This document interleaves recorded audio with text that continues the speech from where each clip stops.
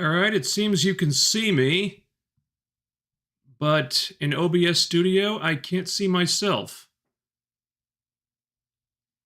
Jesus, there's always something going wrong with OBS. Everything was running fine. Then when I hit the thing to start the stream, suddenly OBS is crapping out on me, so I restart it, try it again, still not working, shut it down again, restart it again. Now I'm getting an error message in OBS Studio. So, can you guys see me or not? No, it's. Can you hear me?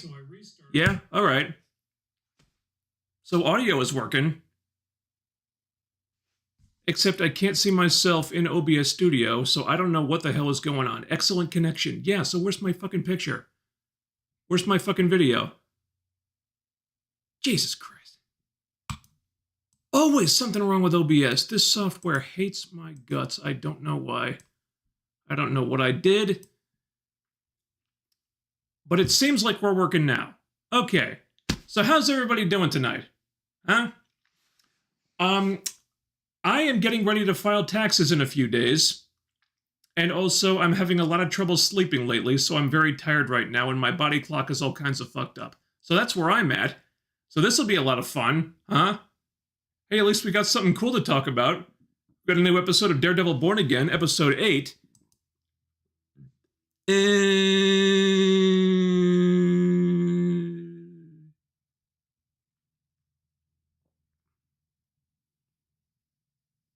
Pretty sure OBS means oh bullshit. No, you didn't just make that up. That's very accurate. Man, OBS sucks, man. There's always some kind of problem. It seems like we're working okay right now, though, so why don't we just get on with this while we've still got picture and sound, okay? So I am going to go through episode 8 of Daredevil Born Again. I will spoil everything. I'll give my thoughts. Get your super chats in if you're so inclined. Then we'll do those after the review, and then we'll get out of here. Because I got some stuff to do tomorrow, so I can't hang around here all night, unfortunately. Got a whole stack of forms here. And still don't have all the ones I need before I go to file on Saturday. And we got stuff to do tomorrow as well. So let's just get on with the show. Episode 8. Guys, this episode was so fucking good. So fucking good. And it's another episode where there was no That's the crazy thing. Like, I keep going on about how it's time to get back to the action and whatnot, but then they do another episode where there's no action, and it's probably one of the best episodes all season. That's how you know these writers really know their shit. Action's always been one of Daredevil's best qualities. It's what he specialized in, even back in the Netflix show and everything. The fact that they don't need to lean on that to make the show great is really impressive. All right, so this was the penultimate episode before the finale. Most of the plots are converging now. We're starting to see where everything is going, what it's all building up to. We've had some big revelations here, some big developments that they'd had like on the back burner for a while now. And while not everything is paying off yet, like the stuff with the cops co-opting the Punisher logo, we don't know where that's going yet, for example, but we are getting to the really juicy stuff. Episode begins in prison, and sound is cutting out. Hold up. Yet? Like the stuff with the cops co-opting the... Okay, sound is coming in fine for me.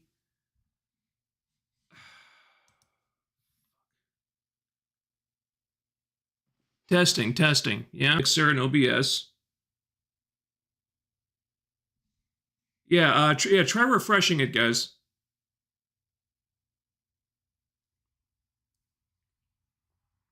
Yeah, because it's coming in for me. It seems like some people can hear. Yes. Uh-huh. Yeah, try okay, yeah. Yeah, I've still got audio.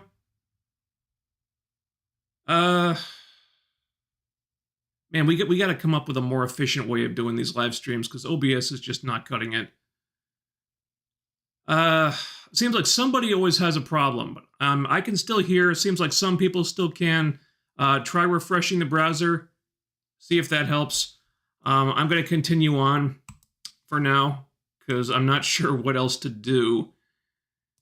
Okay. Anyway, so the episode begins in prison with Bullseye getting moved out of solitary and into Gen Pop, and with him being a former federal officer before he took that dark turn in Netflix Daredevil Season 3, Gen Pop's probably not where he wants to be. He's not going to make many friends in that place. Or maybe he's going to make more friends than he wants. It is prison, after all.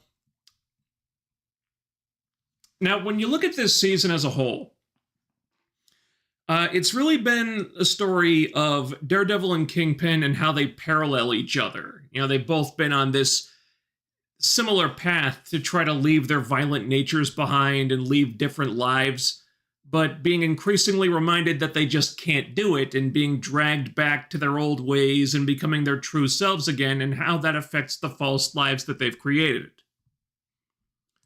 And for Fisk, his life is getting better now. But for Matt, his life is very rapidly turning to shit.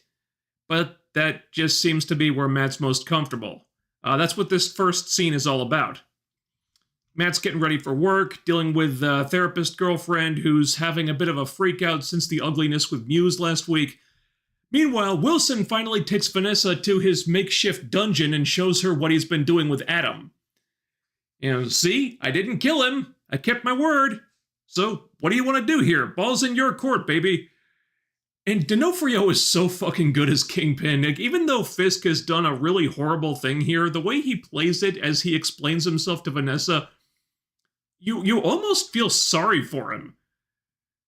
Like he feels apologetic about it in his own weird way, but he just couldn't help himself from locking Adam up like an animal. And I kind of knew what she was going to do here. But man, when Vanessa shot Adam dead 4 times, by the way, it was still an amazing moment. And really, it just confirmed what I've been thinking all season. Like, the real reason why these two have been having marital problems, Vanessa wasn't pissed off that Wilson ghosted her after he was shot in the head. She was pissed off that he came back a shell of himself. All this time, she didn't want Wilson back. She wanted Kingpin back. Like, she wanted son of a bitch again. Like, that's what she's into. So when she sees that he's thrown the guy that she had an affair with up in a cage and just kept him in there like a subhuman piece of garbage, it kind of excites her. So she kills the poor bastard, and just like that, it looks like these two are good again. That's because that's the kind of relationship they have. You know? It's twisted in all the worst ways, but it works for them somehow. Then we cut over to Matt, and after all the stuff with Muse, therapist girlfriend is really going off about vigilantes. You know, even though Daredevil did save her life, she's lumping him and Muse together, painting them with the same brush. All vigilantes. They're just underdeveloped boys hiding behind masks. Oh, and by the way, Daredevil didn't save me. I saved me. So they're really setting her up to be not sympathetic in this situation, which is an impressive thing to pull off after she was almost killed by a serial killer last week. Then the mayor's British assistant guy shows up at the door with an invitation to some black tie event. Matt instantly knows what this is about. How did you know she was staying here? You know what? Never mind. Get the hell out. Hey, girlfriend, Fisk is trying to use you. He wants to co-opt your story about the Muse thing, so you'll go along with his narrative. You really shouldn't be doing this because it's dangerous as hell. You know, that's something I talked about last week, so I'm glad they're tying that up. And it seems like she's happy to go along with the Kingpin narrative, because she's just coming down hard on vigilantes right now. She wants none of it, thinks they're no good for anybody. And Matt's trying to get through to her, but there are certain things the same way to him. Are the Fisks a client of mine? I can't tell you, Matt. Sorry, I can't do it. So they're kind of doing the same thing to each other. The difference is she seems to resent Matt for the way he's acting, whereas he's just worried about keeping her safe from the lion's den that she's about to walk into, just because she's pissed off about vigilantes after one had the audacity to save her life. And it's not that I didn't expect this, but it's almost funny how quickly their relationship is disintegrating once the writers applied the slightest bit of pressure to it. Like, the second Matt goes back to being Daredevil, this thing cannot fall apart fast enough, which just goes to show how not real the whole thing was. Any chance Karen Page comes back next week? Any chance at all? Just asking. And so Matt's day goes from bad to worse at this point. Partner informs him that Mayor Fisk had Bullseye moved into Gen Pop. And by the way, Bullseye's been asking for you, specifically. What for? Who knows? Matt wants nothing to do with this guy, but then stuff happens. Matt meets with a slimeball client of theirs, listens to this guy bullshit for all of 60 seconds before he just blows up at him like, bitch, you're obviously lying through your teeth. You're not innocent. You're a fucking liar. I'm out of here. I'd rather go to prison and talk to the guy who murdered my best friend than sit around listening to your crap. Matt's frustration has just boiled over. Everything that's happened with Foggy and Fisk and Hector Ayala and Muse and now this, it's too much. The cracks are forming and he just can't maintain this facade any longer. He's been living a lie for the last year, and now that lie is crumbling down around him. He has to be his old self again, which means this new life that he's built for himself is completely falling apart. Whereas Kingpin is going through the same thing, except his life is getting better now. The duality of all that is a really fascinating thing to watch.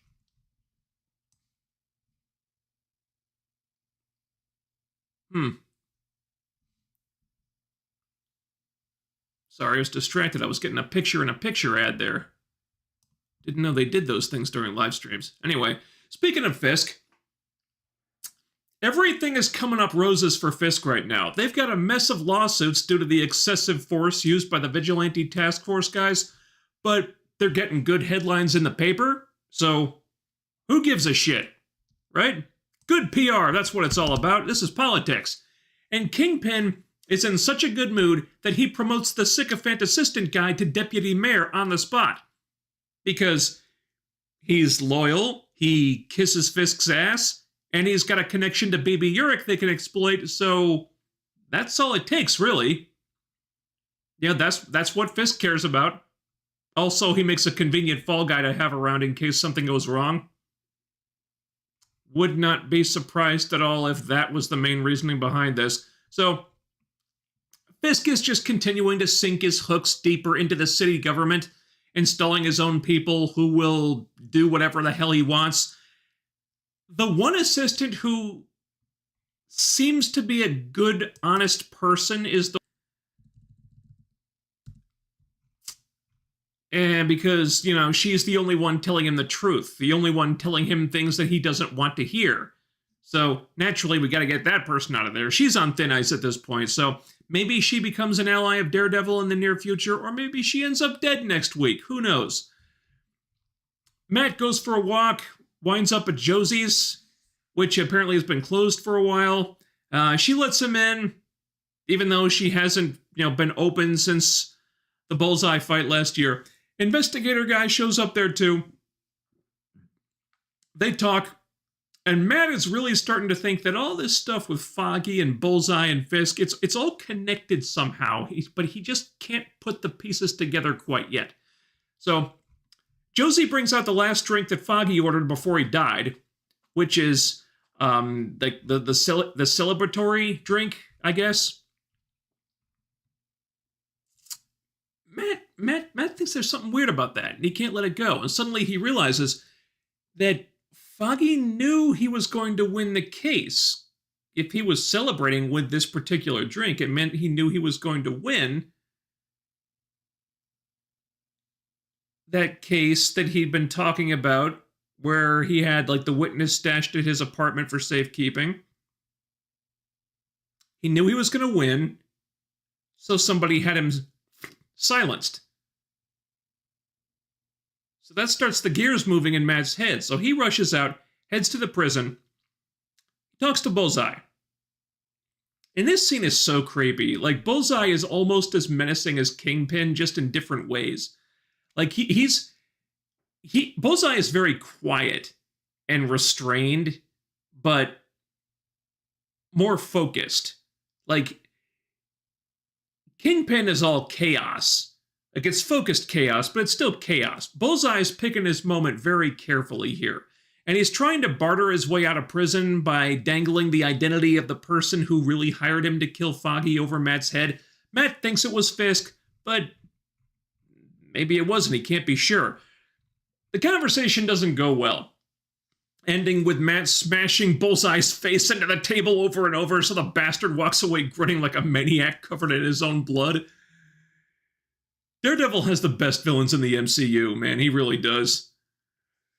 And the rest of the episode takes place at that black tie gala event thing where a lot of shit happens. A lot of shit happens. Sycophant guy makes up with Baby Urich after not so subtly threatening her last week. The thing is, he never actually apologizes for hinting that, you know, he could make the rest of her life a living hell really easily if she doesn't support Kingpin's narrative about the task force and who really killed Muse. You know, he just tells her that, hey, I'm on the inside of this thing somehow, and you could be on the inside too if you play your cards right, and hey, isn't that pretty cool? And she seems to think it is pretty cool because she can get good access to things. So they're both kind of using each other to get what they want. He's using her to control the narrative that she wouldn't otherwise have. So their friendship is kind of an illusion. An illusion, excuse me. Or it was just very easily fucked up once a little poison was injected into it. Either way, very interesting.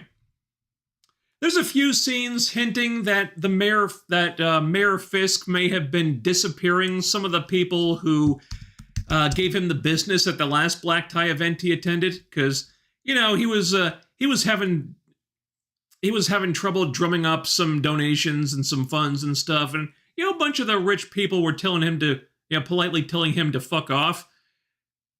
And now suddenly one of them isn't there. Like, we see like the woman who was there at the previous event, we see her talking at this one. And she's like, hey, I don't really know where my husband is right now. Hint. Kingpin even tries to not so subtly strong-arm Swordsman Jack behind closed doors. So he's very much back to his old ways. Which was very obvious when he makes his big grand entrance decked out in his signature white. Finally back in the Kingpin white. For the first time this season, I think.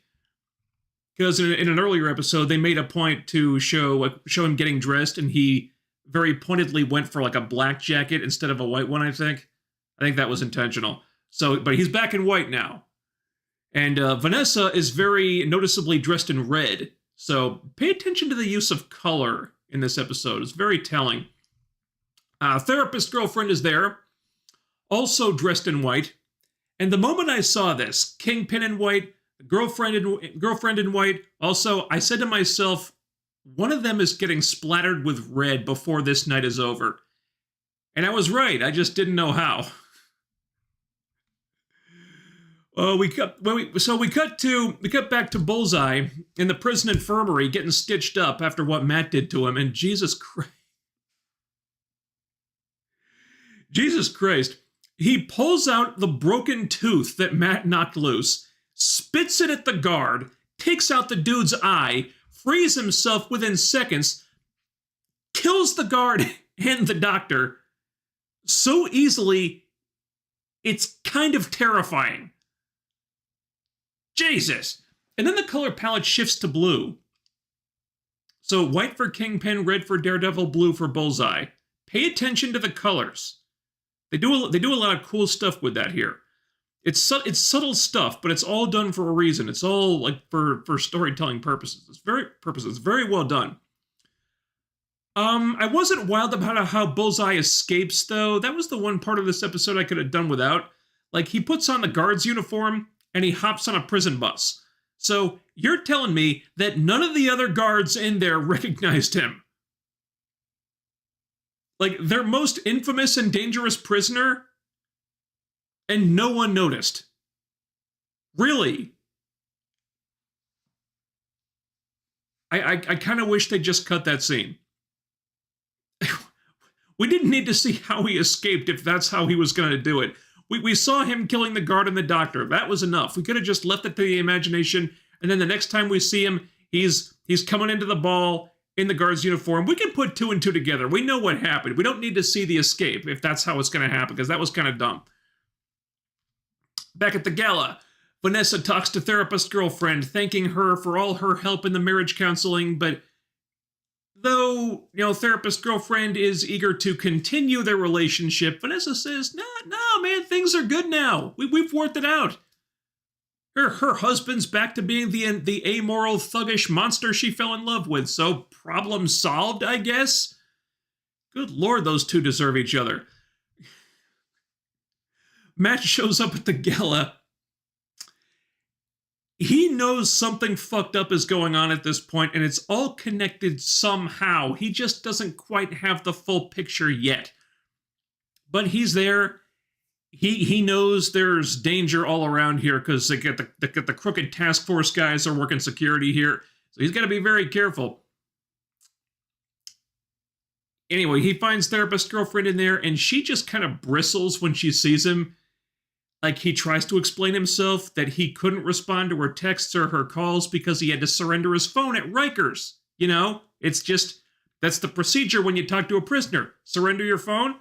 I didn't have my phone. I couldn't respond. I'm sorry.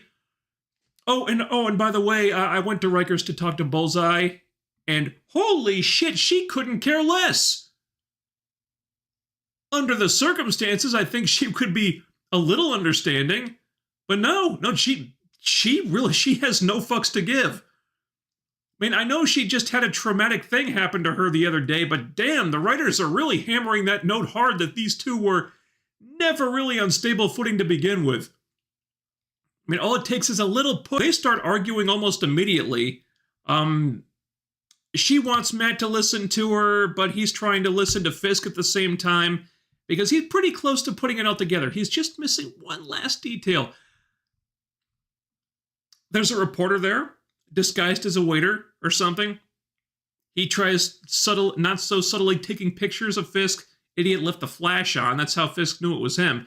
So Fisk catches him taking the picture out. They drag him back into the kitchen where the police commissioner finds them roughing this guy up.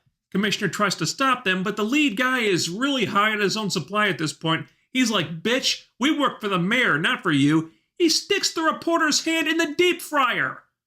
Jesus! Oh, I cringed so fucking hard. 0 fucks given anymore, and the commissioner can't do a damn thing. So he's now realizing how little power he actually has now since Fisk manipulated him into staying on, instead of resigning out of protest. And I'm sure he knew this was going to happen when he agreed to stay, because he always knew who Fisk really was, but now he's being confronted with it up close, and it's very jarring. But B.B. Urich takes him aside, and turns out these two have a lot in common. They both have to put on a public face where they pretend to play ball with Fisk, but they're both looking for ways to fight back. They just have to be very discreet about it. And also, BB is actually aware that Fisk was the main suspect in her uncle's murder from a few years ago. That's why she's really there. That's why she's been trying to establish a rapport in the media with the mayor. So, she gives the commissioner her card, and these two may start exchanging information soon because BB doesn't always write under her real name. She can write under a pseudonym that nobody knows about, so any info on these corrupt cops in the task force, or any info about what's going on in the mayor's office, that can still get out. She just has to be very sneaky about it. The rest of this scene is so fucking tense. You can tell that something really bad is about to happen. You just don't know where it's coming from. Matt and the girlfriend are arguing. She wants to leave, but Matt knows that she's not safe and he needs to keep her close, but that's just making her angrier. You've also got Matt and Fisk making a beeline for each other, but neither of them can make a move out in the open like this. Meanwhile, Bullseye is free and closing in. So, Kingpin and Vanessa have a dance. You gotta love Kingpin during this dance. They really went for it, and this thing is like, Frio's having so much fun during this. Meanwhile, Kingpin's talking to Matt under his breath, knowing that Matt can hear him, just taunting him, goading him, knowing there's nothing Matt can do. British assistant guy comes over to him, tells him that Bullseye has escaped from Rikers. Then Vanessa knows the jig is up and confesses something to Wilson. Matt hears this and realizes that, holy shit, it was her the whole time. It couldn't have been Kingpin. He was gone at that point. He was off recovering from getting his face blown up, getting a hole blown through his face. Vanessa was running the criminal empire. She was the one who paid Bullseye to kill Foggy. Which is absolutely nuts, given that in the finale of Netflix Daredevil, Bullseye was trying to kill Vanessa. So it sounds crazy, but it makes a sick kind of sense for Vanessa to do something like this when you consider how fucked up she is. Like, I think about her hiring the guy who tried to kill her to kill someone else. It doesn't sound out of character for her at all. No, that makes sense for her, really. It honestly does. So Matt is so mortified upon learning this, he bumps into the Fisks and cuts in to dance with Vanessa, leaving the therapist girlfriend with Kingpin. I mean, she's probably okay. Like she's going along with Kingpin's narrative, and her and Matt are this close to Splitsville anyway, so Kingpin's got no reason to kill her, really. But still, holy shit! Like, that's the kind of razor's edge Matt is balancing on right now. So, Matt confronts Vanessa with the truth. Fisk teases, revealing Matt's secret to therapist girlfriend. Bullseye is up in the rafters taking aim at somebody, but we don't know who. Matt hears this. He knows the shot is coming. Like, he knows somebody is about to die, but he's like, okay, what do I want to do here? What do I want to do here? I came here thinking that Fisk was the one who ordered the hit on Foggy. Now I know it wasn't him, and he might not necessarily have even known about the hit in the first place. So,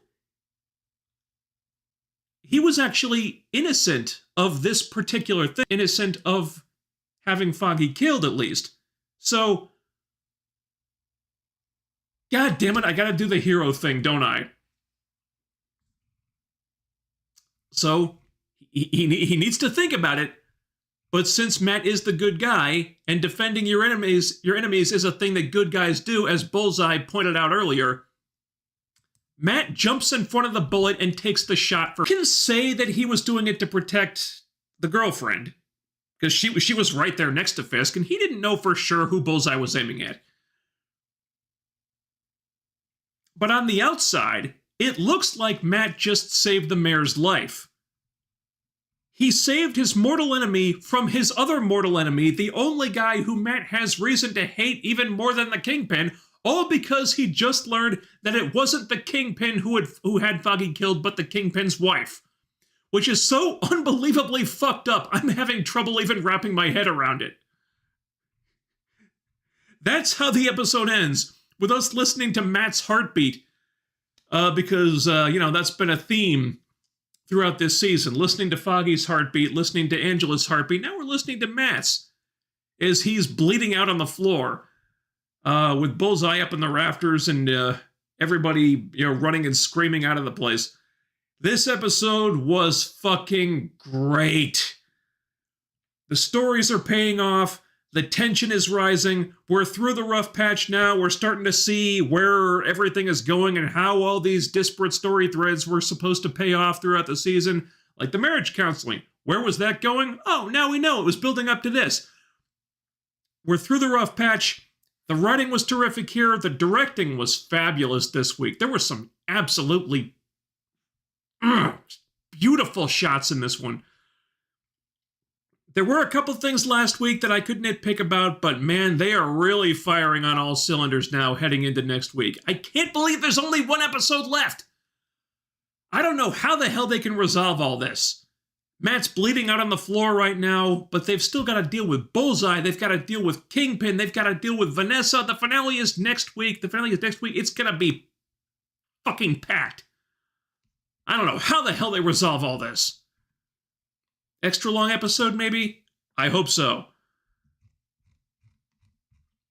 Okay. SoCal Rider, thank you for the super chat. No question or comment. Only left a super chat, but thank you for the 99 cents anyway. I very much appreciate that. Let's see.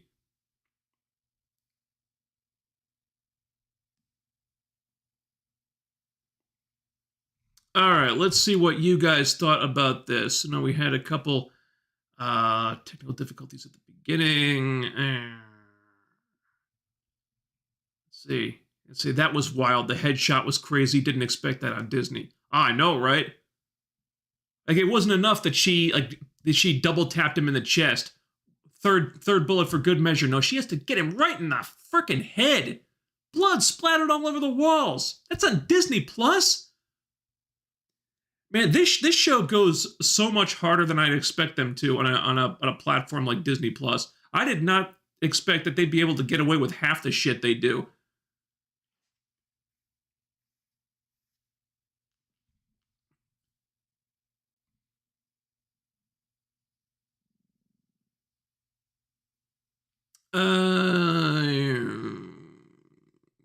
Vanessa tried to have Fisk killed by Bullseye. No, I don't think so. I mean, it is a very fucked up situation. But no, that's not what's happening here. I think Bullseye is just going back to what he was doing before. I mean, in Netflix Daredevil Season 3, I mean, he very much wanted Fisk dead in the finale. Remember that big fight, Daredevil versus Kingpin versus Bullseye? They were all fighting each other. Bullseye wants them both dead. I mean, Vanessa did hire him out to kill Foggy, but I'm thinking that was just a job. And which had the added bonus of fucking up Matt Murdock's life. But now I think he just wanted to have Fisk, he just wanted to kill Kingpin. Remember, Kingpin's the one who had him move to Gen Pop. So Kingpin very much tried to have Bullseye killed there. It just so happened that, Vanessa had that previous connection to Bullseye that Fisk didn't know about after Bullseye tried to kill Vanessa. Bygones.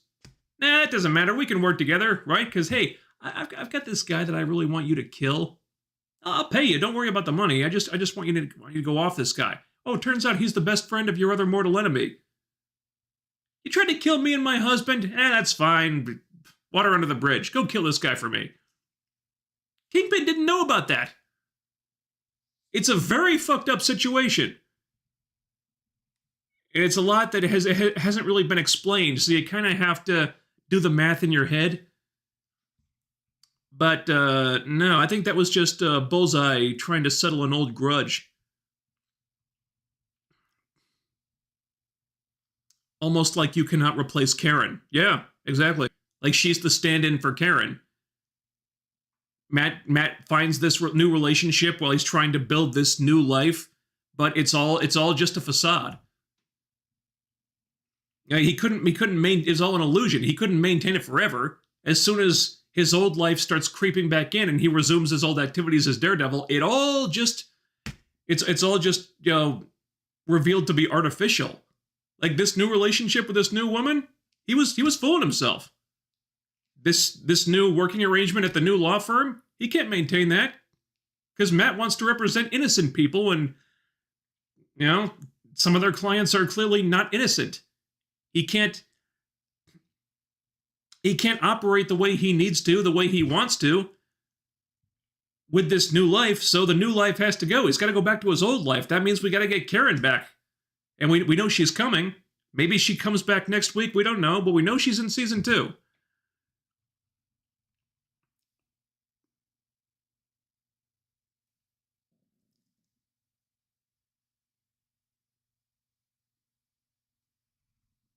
Let's see.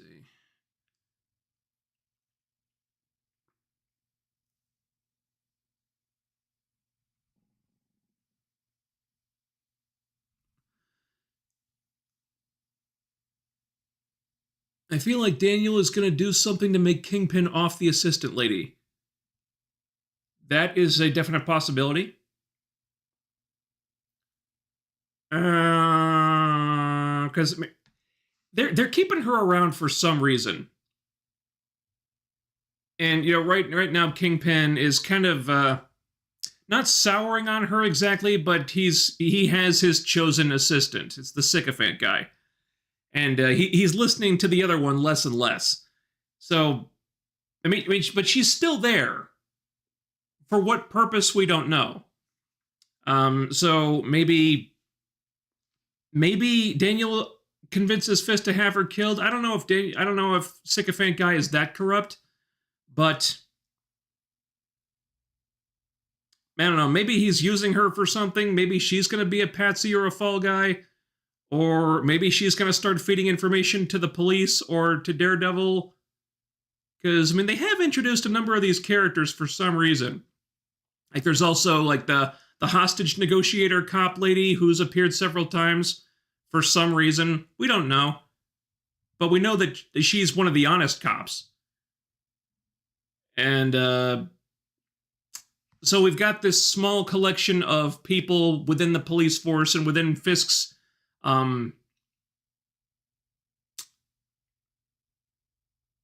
don't know, within Fisk's political sphere that are actually good, honest people.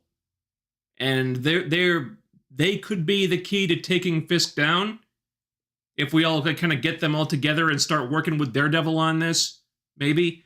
Tony WDW, thank you. Wow, $25. Big super chat. Thank you very much. Enjoy your channel. Keep up the great work. I do my best. Thank you. Wow, $25. Holy moly. Yeah, do the best I can, dude. Doing the best I can. I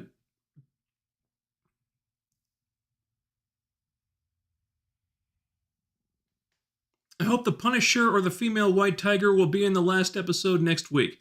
Well, I mean, Punisher was in one of the promos, so I guess at least he does have to. He will be appearing, I guess, unless that was just like clickbait stuff. Don't know about Angela Ayala. I feel like her showing up and doing something might make sense, or maybe put her in Young Avengers, because I like Angela. Having her in there would make sense. At least get a few more, get one or two actually likable characters in there. Because I think right now we'd think it's just Kate Bishop. I mean, well, there's also Wiccan. I mean, Wiccan's not unlikable, but the problem is Wiccan's way too overpowered. Because he's just going to be like going to be a huge Deus Ex Machina if you put him in there. So. Street level character though, give Angela the tiger medallion. I'd be okay with that.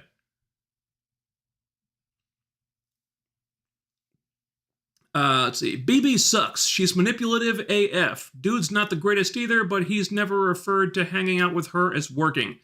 No, but he did. He did basically threaten to make her life miserable last week. if she didn't go along with the false narrative of the cops killing Muse instead of Daredevil stopping him. You really think she's worse than him? I thought it was pretty clear in their conversation at the gala. They're basically using each other. Like, he's using her to control the media narrative. She's using him to get information and get access to Fisk. So, I don't know. Maybe they're friends in some weird, fucked up way, or maybe the friendship is just an illusion, and they're just kind of using each other to get what they want. You know. See, Stephen Kahn, thank you very much for the $4.99 super chat. Hair is getting long. I don't know. I guess it is kind of coming. I guess it is coming back in pretty quickly. Yeah. People still really interested about my hair. I don't know why. You know what? I don't miss the ponytail. I mean, I like the way the long hair looks, but I always feel good when I cut it off. I mean, it is such a pain to deal with. Such a pain to deal with. Gonna be a lot more comfortable too when the weather gets hot.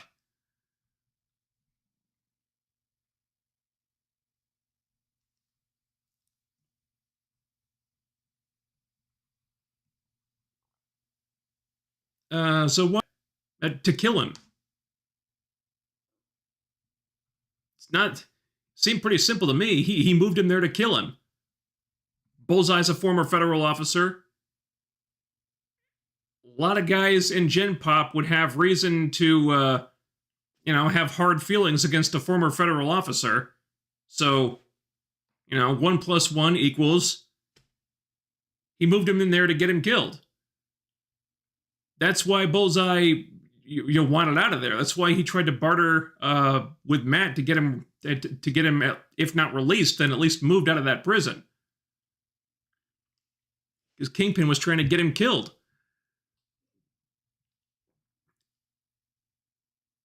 Normal people don't stand a chance against Bullseye. Yeah, but normal people wouldn't. But if it's 200 of them against just him, those aren't great odds. Did you see the scene where he was moved into Gen Pop? Like, every guy in there was giving him the death stare. He can't solo kill every single one of them. Come on. Bullseye's a fucking beast, but he's still only human. Eventually, somebody would get him.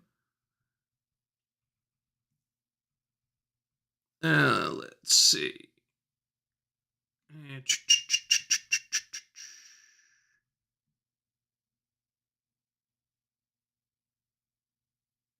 Heather's actress was cold in that dress, it seems. It was a little distracting in a good way. Yeah, I noticed that too.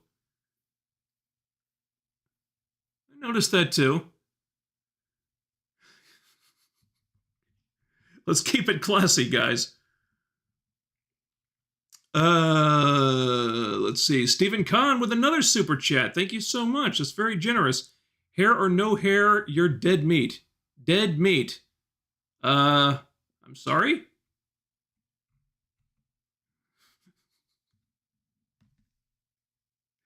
I don't know what I did, bro. Thank you for the super chat anyway.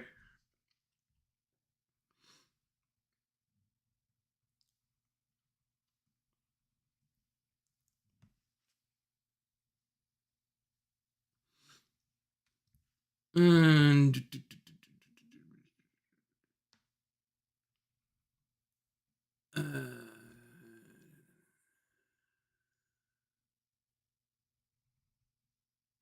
dude, you rock the near bald look. Oh, thank you.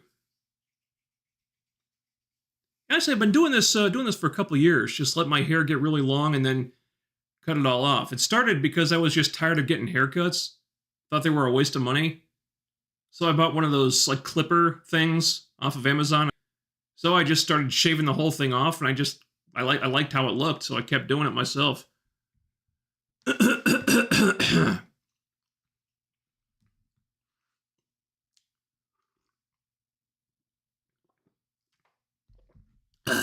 Right.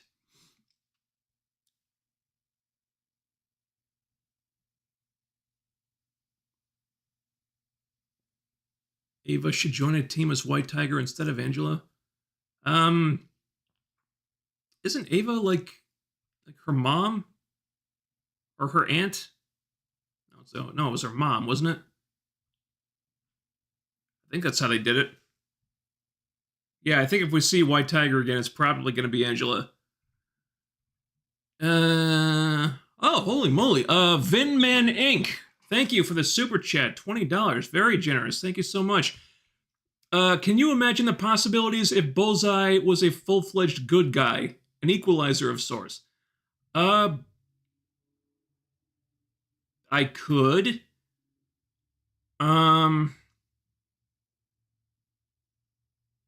It occurs to me that he would be a great candidate for a spot in a Thunderbolts project of some kind.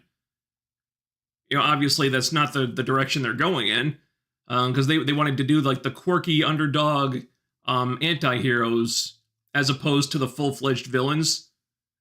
The Thunderbolts have always had like a mix of both, I guess. In the comics, originally they were all villains, and there's been a lot of different iterations of the team over the years. Yeah, but they went with the anti-hero thing for the movie. But I mean, somewhere down the line, if they wanted to change up the roster, I think Bullseye would be a really interesting candidate to put in there. Maybe the guy that everybody else is afraid of, and they're kind of utilizing him because he's got skills, but they got to keep him on a short leash, that kind of stuff.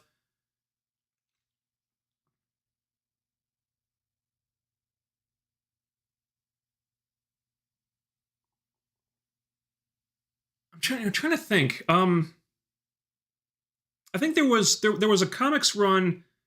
I don't remember which title it was. It might have been Thunderbolts. I think it was during like the Dark Reign era, where Norman Osborn was given all this political power, and he put like a team together. I think Warren Ellis wrote it.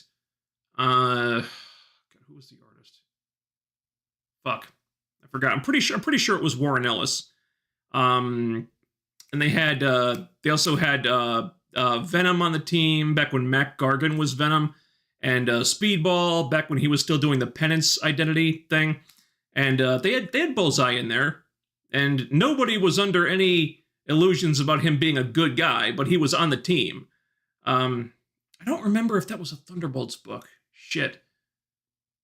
Somebody help me out in the comments. I don't remember which title that was.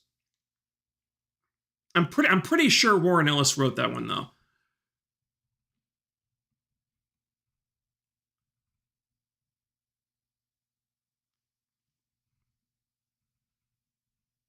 But yeah, that actor is really good. He's just such a creepy character too, so brutally effective at what he does. It'd be a shame to limit him to occasional guest appearances in Daredevil. They should use him more.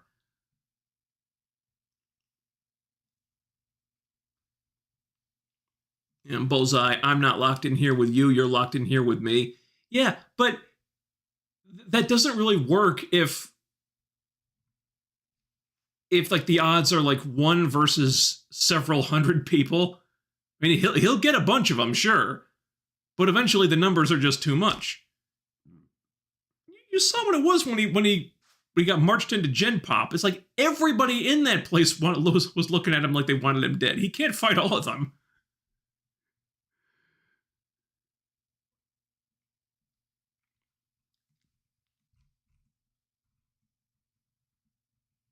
The chat room is always weird. It's like nobody posts, and then I get like 20 comments all at once. Batwoman made me bald, literally. I think it was a combination of Batwoman and She-Hulk and Velma and Snow White and a bunch of other things. It's been building for a long time.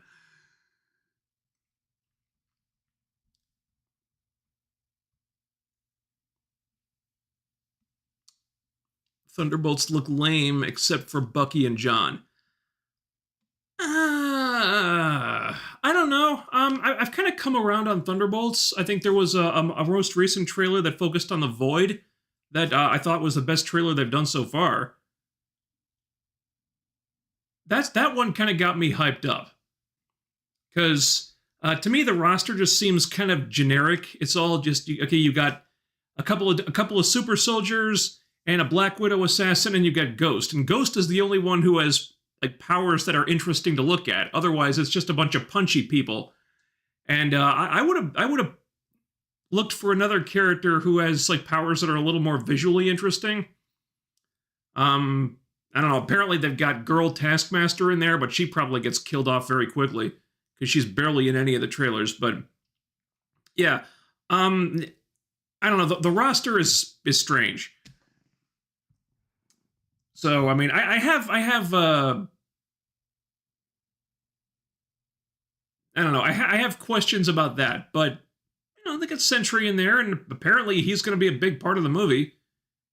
And you know, they liked him enough to bring him back for you know, Avengers Doomsday. So could be cool. I don't know about the roster, but I mean, I did like the recent, you know, trailer focusing on the Void a lot. So I'm growing. I'm slowly becoming more optimistic about Thunderbolts. I don't know how it's going to do at the box office, but I think Marvel does seem confident in this one. So we'll see.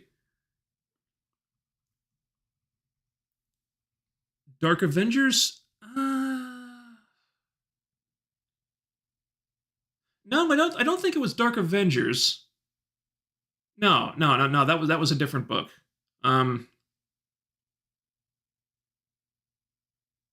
God, I haven't read that run in a long time. I don't know. Doc Samson was in it. You know, they brought in to I guess be Penance's counselor, help him get his head straight and stuff. I think American Eagle made an appearance. So God, oh, this is gonna drive me nuts. What the hell was that book? Ugh, I don't know. Mike Diodato. That was the guy. Yeah, that was the guy on art. Mike Diodato. I remember now. If that narrows it down, somebody help me out. This is really bugging me. What the hell was that book?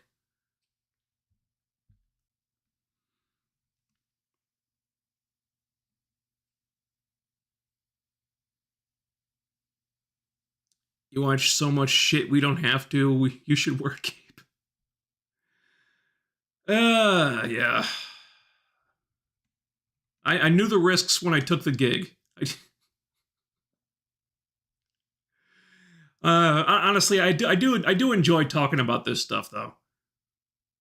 Just dissecting stuff and explaining why it does or doesn't work. Occasionally get paid for it.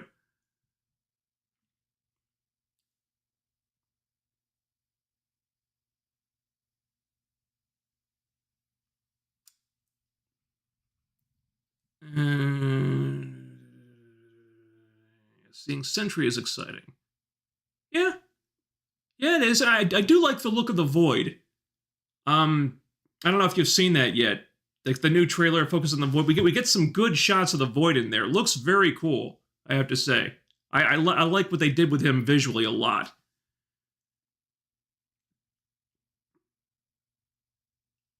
See, definitely Dark Avengers. I just Googled it and saw Bullseye, Hawkeye. No. Ah, god damn it. I'm pretty sure that was a different book. I know the one you're thinking of, because I think they also had Dakin pretending to be Wolverine in that one, and I think Moonstone pretending to be Ms. Marvel, or Captain Marvel or something.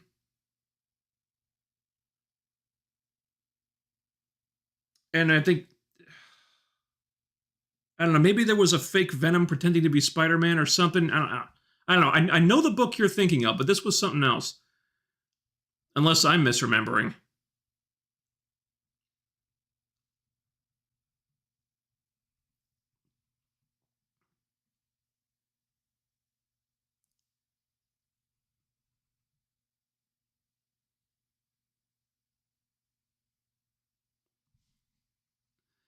Let's see. Agreed about the Void visual effect. I like the way the victims are just kind of puffed into a jagged shadow.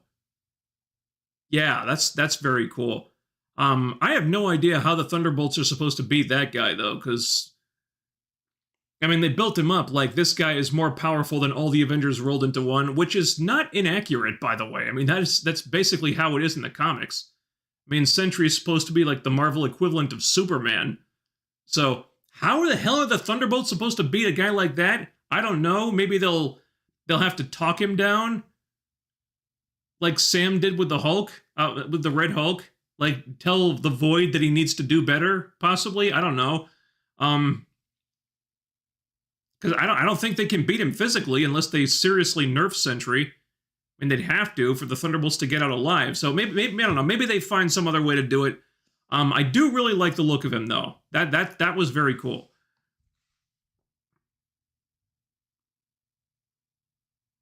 Okay, all right, hold on. This is just driving me nuts. All right, we are gonna try to figure out what comic that was. All right, Dark Avengers. All right, no, okay. Dark Avengers, no, it's not Dark Avengers. I see that here. No, that was not it. That was a different book. Let's see. All right.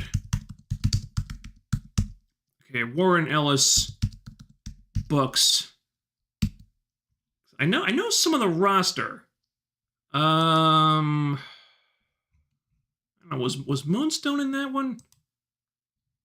Possibly. I don't recall off the top of my head. Damn it.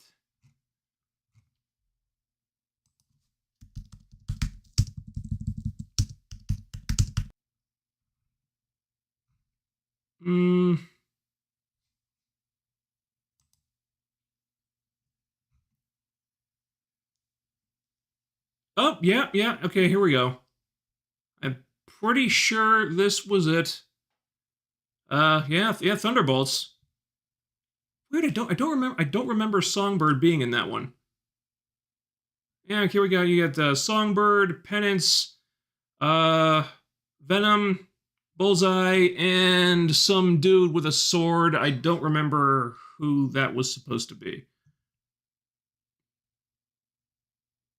Yeah, I mean that must have been it. Yeah, there's Green Goblin. Norman Osborn. He was behind that whole thing. Weird. I don't remember Songbird being in that book. I don't know. That must have been it, dude. That must have been it, though. All right.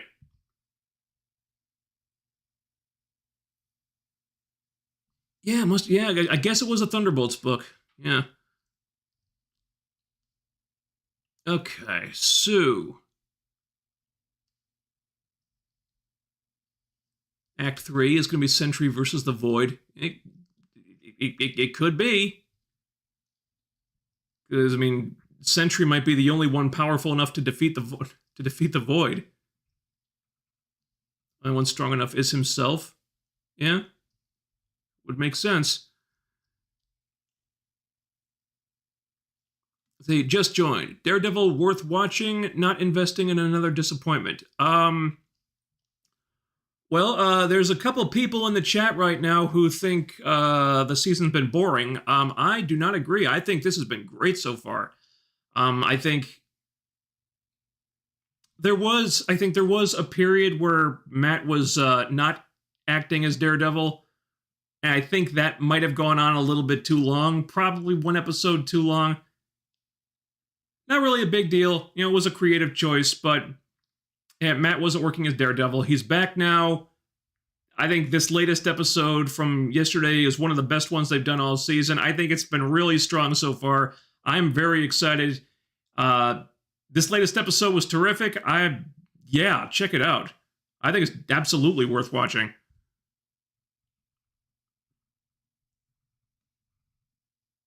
I mean, saying it's Marvel's best Disney Plus show is, I mean, it's kind of faint praise because a lot of them have not turned out so well. But I'm pretty confident this is going to end up being Marvel's best Disney Plus show. Take that for what it's worth.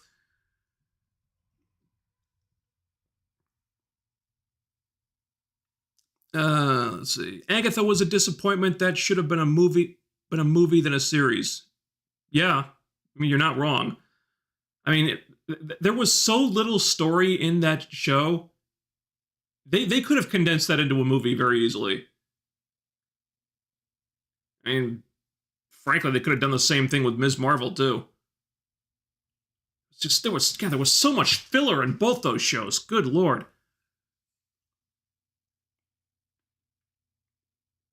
Yeah, they could have condensed that into a movie. Would have worked better. Cut out all the stuff you didn't need. Could have at least shaved several episodes off both those shows.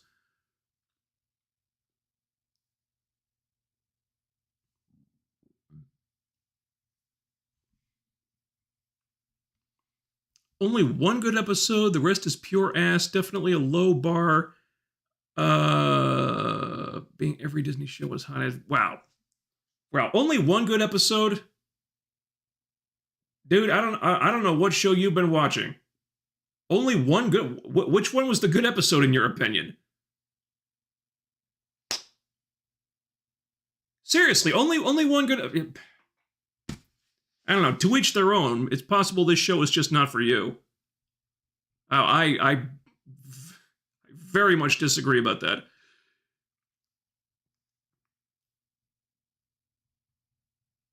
Let's see. She-Hulk as well. Oh yeah, tons of filler in that one too.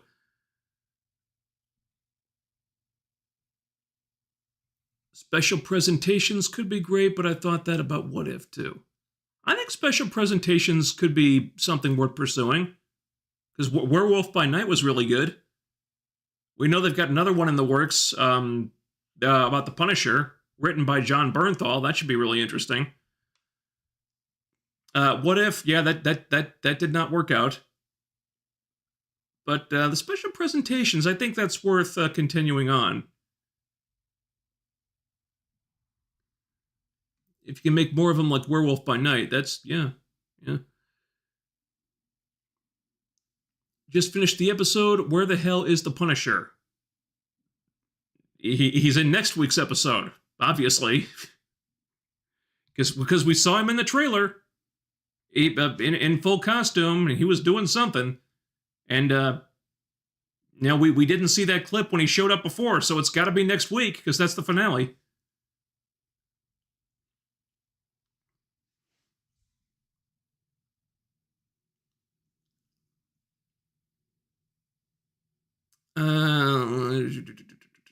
Are you looking forward to the new Superman movie?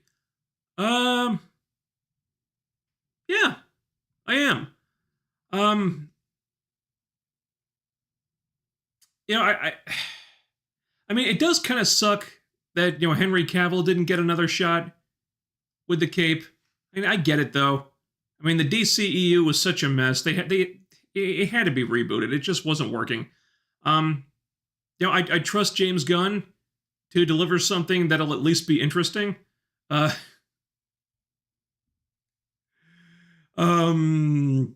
do think they probably need to keep him reined in a little bit because I mean they might have given him too much creative freedom with the Suicide Squad movie.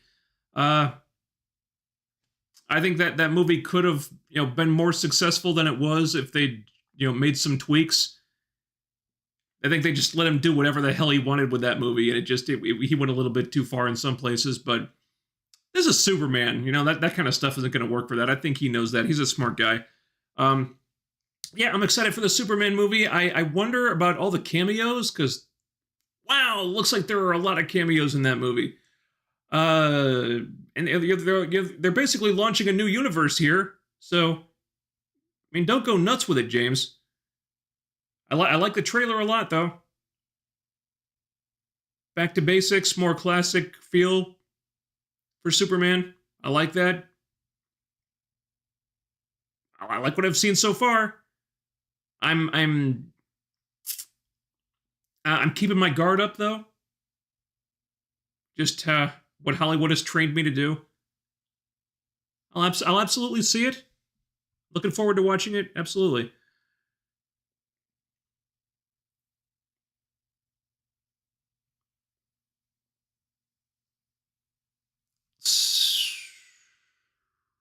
did you see Superman and Lois? I watched the first few episodes of season 1, and then I just kind of lost interest. Not that it was bad exactly, it was just, I don't know, it wasn't grabbing me.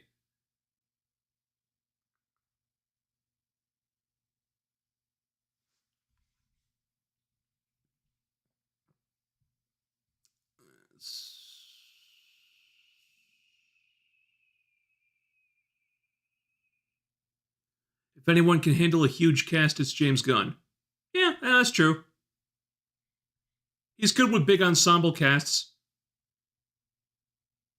That part I'm not worried about. I just think it's, I don't know, for the movie that's launching a whole new universe, I just think it could be too much too soon, but yeah. I trust James Gunn better to handle that stuff than I trust him more than I would most people.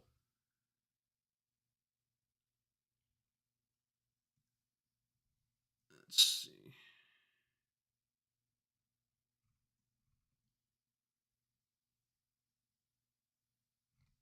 Okay. Is there anything else we need here?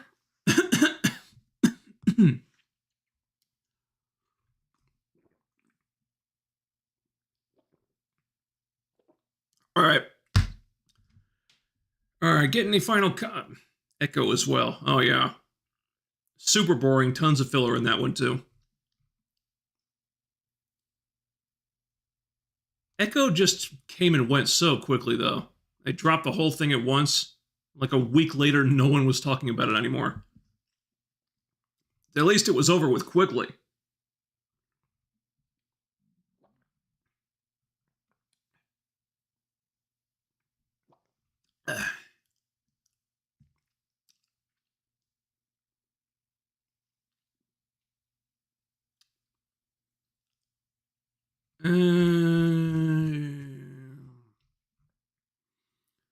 Okay, so it looks like that's about it.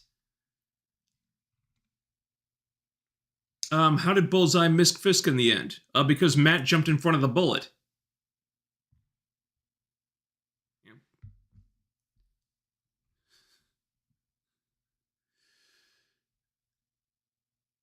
All right. Okay. All right, so I guess that's about it. So, thank you very much for talking about Daredevil Born Again with me tonight, you guys. Thank you to all our super chats, which I am trying to call up here if OBS Studio will let me.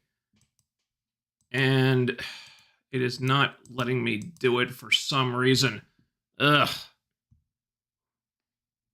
Man, there's got to be a more effective way of doing the more effective way of live streaming than with OBS, because this is just not worked out. Okay, I see the ones that's showing me. Tony WDW, thank you very much. Stephen Kahn, thank you. You had a bunch of them from Stephen Kahn. V Man Inc., thank you so much. Another big one right there. I think there were a couple others, and OBS is just not showing them to me. So if you give a super chat, you have my eternal thanks. So next week we've got the season finale already. How'd we get here so fast? Anyway, season finale of Daredevil Born Again next week, same time, same place, Wednesday night, 10:30 p.m. Eastern, and hopefully we got no more technical problems. I don't know what the hell was happening with OBS tonight. I'm in OBS Studio right here. It's still not showing me any video. Apparently, it's still playing because I'm in because I see myself talking, and apparently you guys can still see me and still talk and still hear me. So it's working. It's just not showing up in OBS Studio. I don't know what happened there. I tried booting it up a few times at first. It took me a few tries to get it because it kept quitting on me or locking up. I don't know what happened. I don't know. Maybe I got to do more tests on it. Very frustrating. So I'm going to work on that. In the meantime, I got to get my taxes filed this weekend. And in between all that other stuff, I'm gonna try to review, get a review of Drop done, because that's opening tomorrow. I'm gonna see that tomorrow. Try to get a review of that done over the weekend, in between filing stuff.